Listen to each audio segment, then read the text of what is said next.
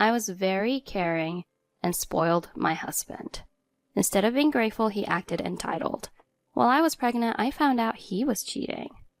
I decided to divorce him for our child's sake, but right after I gave birth, he brought his lover and tried to make her hold the baby.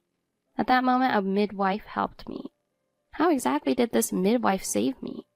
Right after giving birth, my husband said, "Let my childhood friend hold the baby first."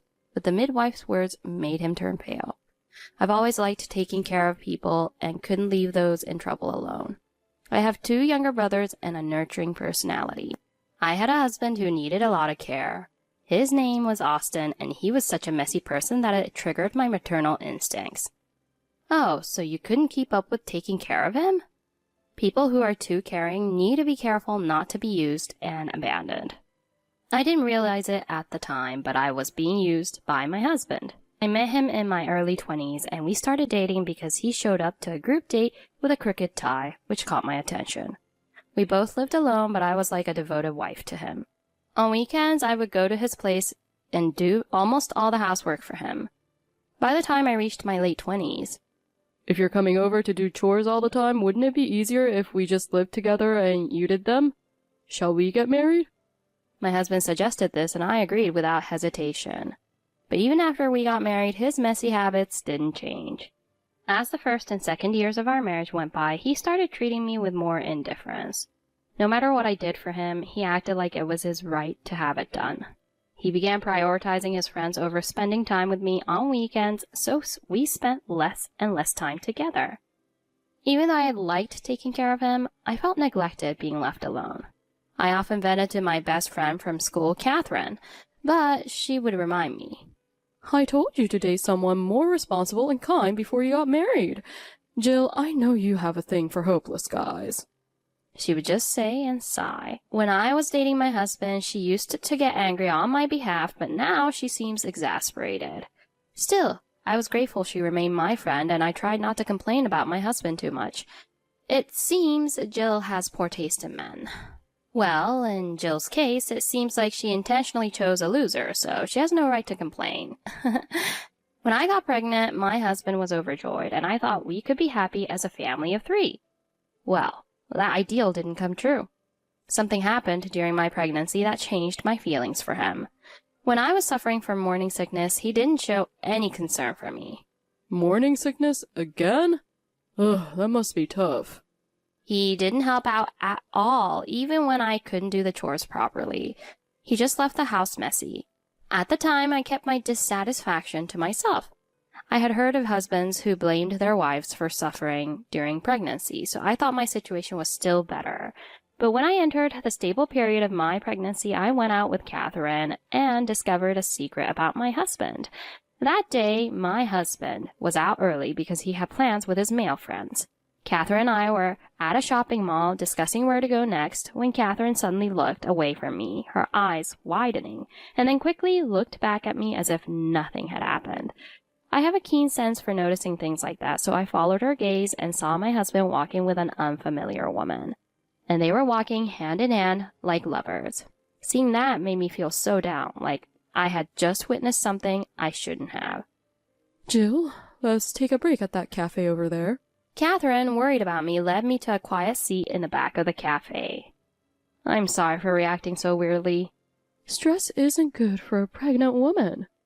It's okay, I said, even though tears were streaming down my face. Why? I've done so much for all. "You need to face reality now, and I'm going to be honest with you. Because you've forgiven him for so much, Austin thinks he can get away with anything. Still, cheating is his fault, not yours." I knew Catherine was saying this with my best interests at heart, unlike my husband.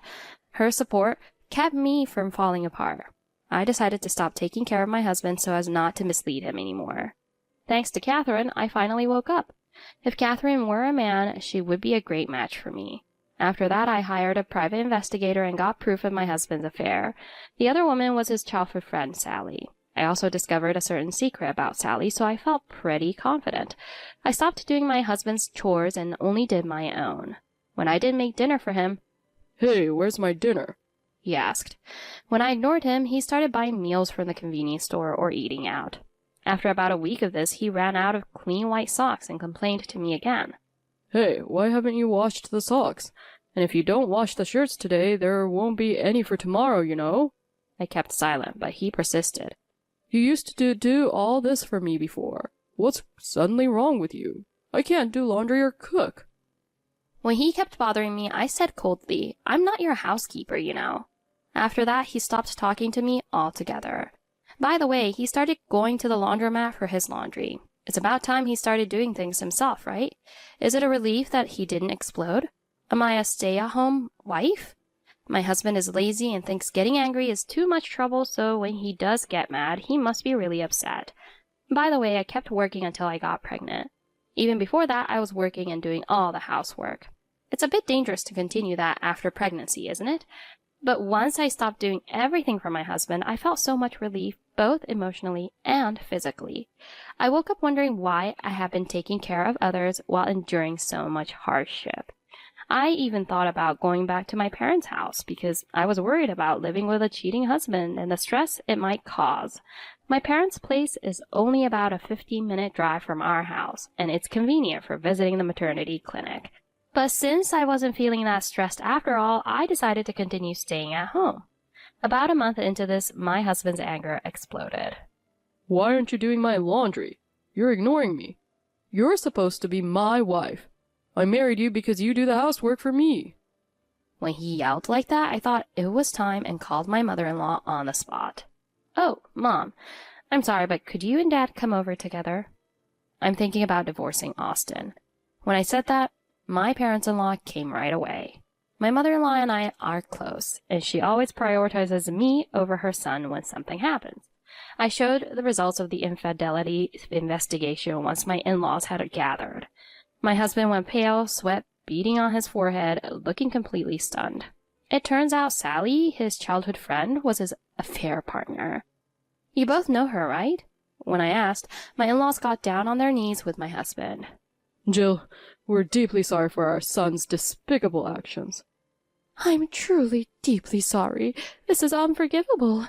Austin, apologize properly. My mother-in-law scolded him, and my husband hastily apologized. Jill, I can't believe you knew. I'm so sorry. Even with his apology, I couldn't bring myself to forgive him. Did he think he could do anything just because I'm kind? While I was struggling with morning sickness and everything else, he was out there cheating like it's no big deal. I'm sorry. Please, forgive me. I don't think you can be a father to this child. Let's get divorced. When I said that, my husband lifted his head, but as soon as he saw my face, he looked away. I had never shown anger towards him before, so he probably didn't realize I could intimidate with just my gaze. Growing up, I often scolded my younger brothers when they misbehaved, and they would cry and apologize just by meeting my eyes. From then on, my husband and I sat with my in-laws and had a quiet discussion. According to my in-laws, my husband and Sally have been childhood friends since elementary school, visiting each other's homes frequently. Sally has always been fragile, and my husband used to take care of her a lot, but they drifted apart after starting high school in different places. I had thought the relationship ended when Sally moved out of the state after becoming a working adult.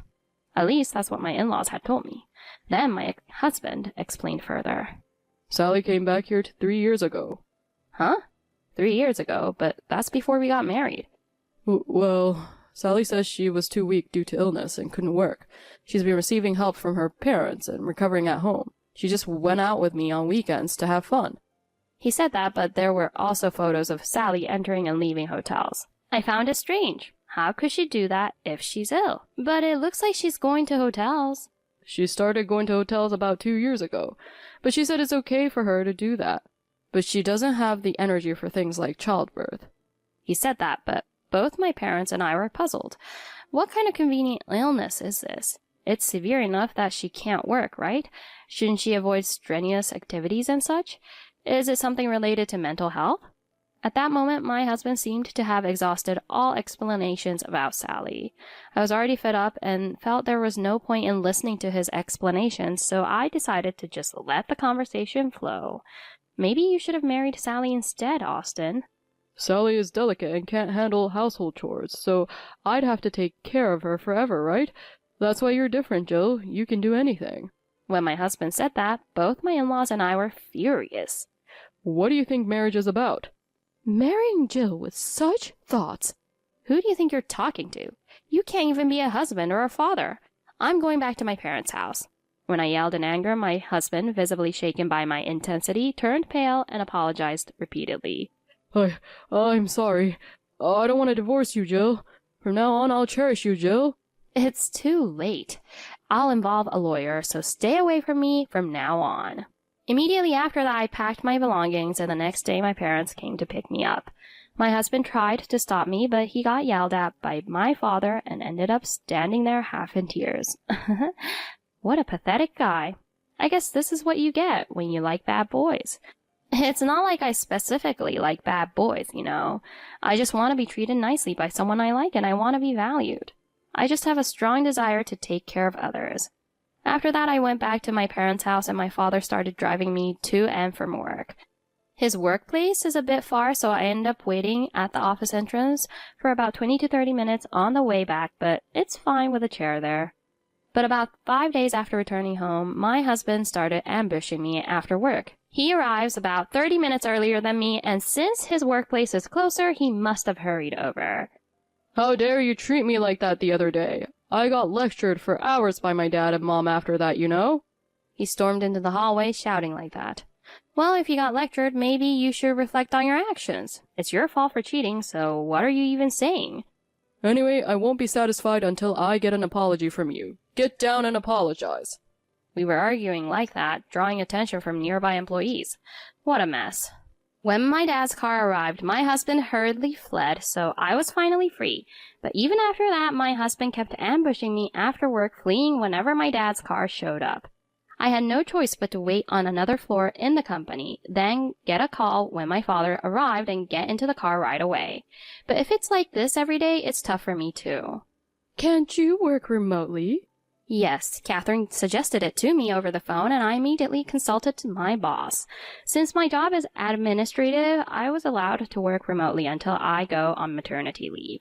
My husband seemed afraid of my father, so thankfully he didn't come all the way to our house, and I could finally relax and focus on work. He knows I'm pregnant, so he shouldn't come near. Is he trying to harass me? If so, that's beyond human decency. Since entering the final month of pregnancy, I've been staying indoors as much as possible. When I go out, it's always with my father. Some might think I should just hurry up and divorce my husband, but divorce isn't that easy, and I didn't want extra stress during pregnancy, so I decided to wait until after giving birth. 3 days before the due date, my water broke, and my mother took me to the hospital. I went straight into labor and gave birth. It was a difficult time, but the joy of seeing my child born brought tears to my eyes. However, that moment of joy was overshadowed by an incident.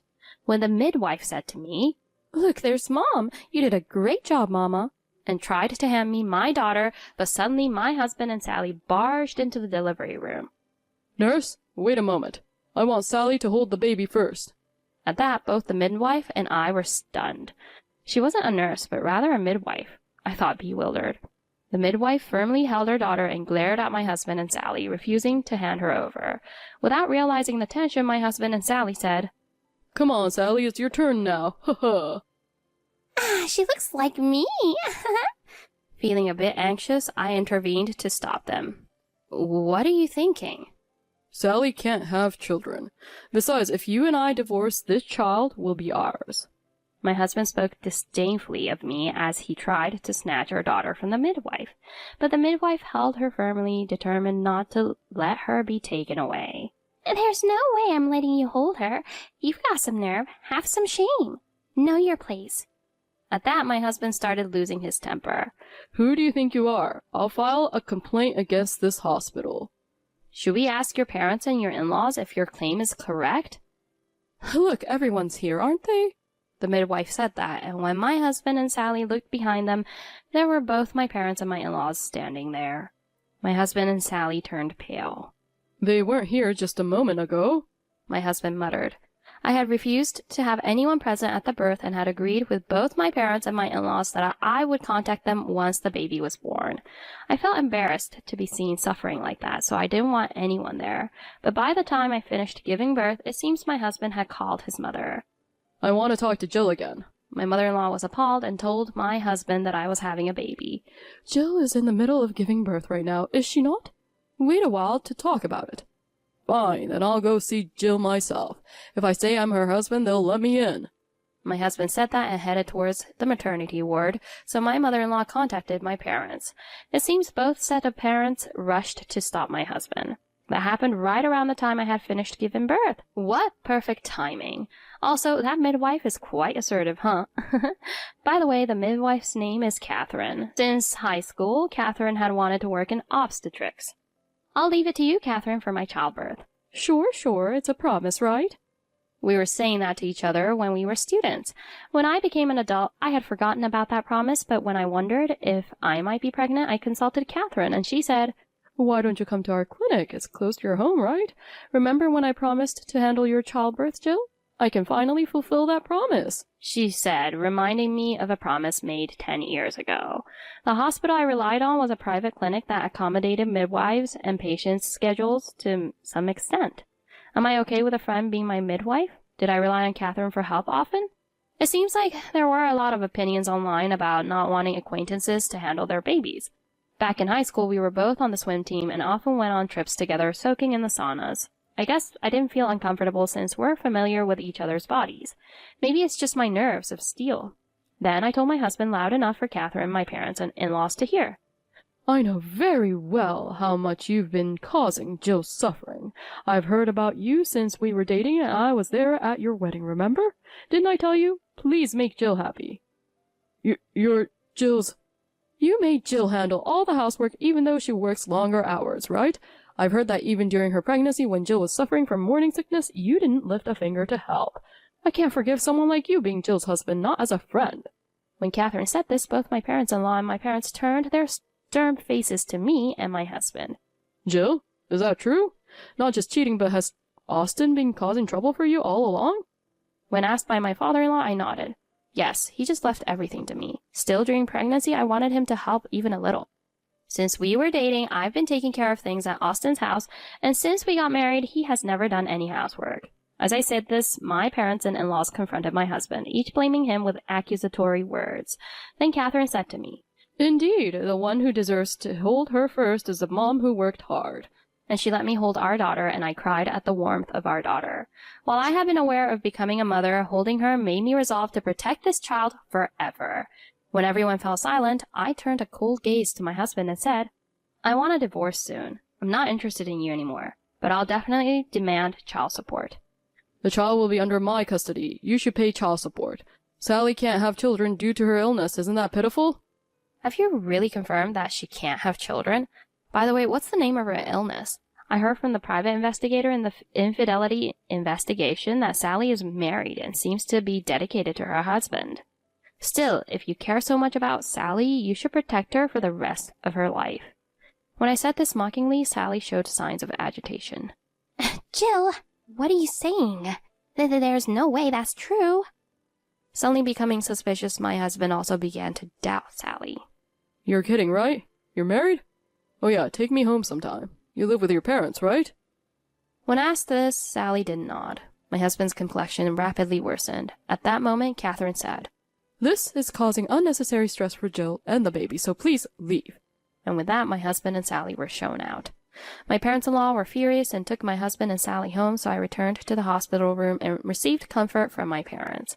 My husband was fooled by Sally for 3 whole years. Just how crazy is Sally, seriously? So what was Sally's illness in the end? I heard the rest of the story from my in-laws. Apparently Sally has severe asthma as a child and often missed school because of it. But as an adult, she's been perfectly healthy. 6 years ago, Sally met a good person and got married, but due to Sally's issues, they struggled to conceive and underwent infertility treatments. However, nothing worked out well, and their relationship deteriorated. Still, they continued their facade of a marriage, and 3 years ago, due to Sally's husband's job, they returned to our town, where my husband and Sally crossed paths again. Sally hid the fact that she was married and tearfully claimed she couldn't be with anyone due to her illness. My sympathetic husband couldn't abandon Sally, I heard. Jill takes care of everything at home, and even if I cheat, Jill will probably forgive me, right? I heard he told my in-laws that, and I was amazed. And as my husband became deeply infatuated with Sally, he started thinking, I have to protect Sally. when he heard I was pregnant, he even thought about divorcing me after childbirth and raising the child with Sally. From this incident, I learned that being too lenient with people isn't always a good thing. After that, my husband and I divorced without property division. My husband knelt down and apologized to me during our discussion. That was a moment of confusion. I was deceived by Sally. He tried to avoid divorce with those words, but I remained firm. I don't want to deal with you anymore. Let's just get divorced quickly, I said firmly. My husband, almost in tears, filled out the divorce papers. Afterwards, I claimed compensation from both my husband and Sally. It turned out Sally's husband also found out about her affair. They ended up getting divorced too. My husband and Sally also parted ways. My husband has apparently started a side job apart from his main job, leading to days without rest. Until now, all the household chores have been my responsibility, so it seems like he's struggling with just daily life. But apparently, he hasn't been relying on his parents. Originally, my husband was indifferent to his family, and even during his single days, he was somewhat distant from his parents. After my marriage to him, my relationship with his parents was good, but our divorce has deepened the rift between them and my husband. Incidentally, Sally has no social skills, having gone from being a freelancer to a full-time housewife. She can't find a full-time job, so she handles several part-time jobs, keeping it busy every day with work. The end of those who betray their spouses and children. As for me, I've come to live at home, and I'm raising my kids with the support of my parents and close relatives. My in-laws visit us once a month to see their granddaughter. Sometimes I don't sleep well and I am exhausted, but every time my daughter can roll over or walk, I feel happy. My relationship with Catherine continues, and she often visits to see my daughter. To me, Catherine is a benefactor. If Catherine ever needs help, I want to be there for her. It's been a year since the divorce, and my daughter is now 1 year old. I've returned to work while my stay-at-home mom looks after my daughter. I work remotely while also going into the main office 3 days a week. Now, watching my daughter grow is my greatest joy. As a mother, I want to protect my daughter firmly. Thank you for listening this far. I won't spoil my daughter too much.